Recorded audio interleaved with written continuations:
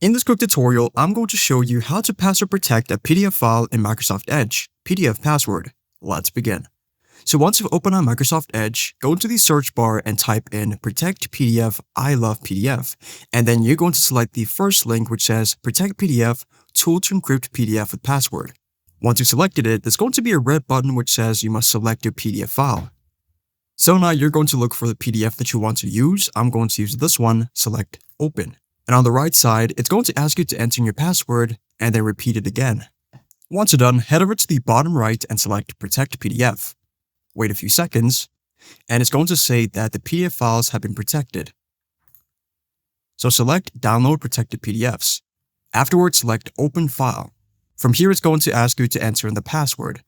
Once you check the password, select Open File. And as you can see here, our PDF is ready for viewing, and it's that simple. I hope this video was helpful for you, and I'll see you in the next one.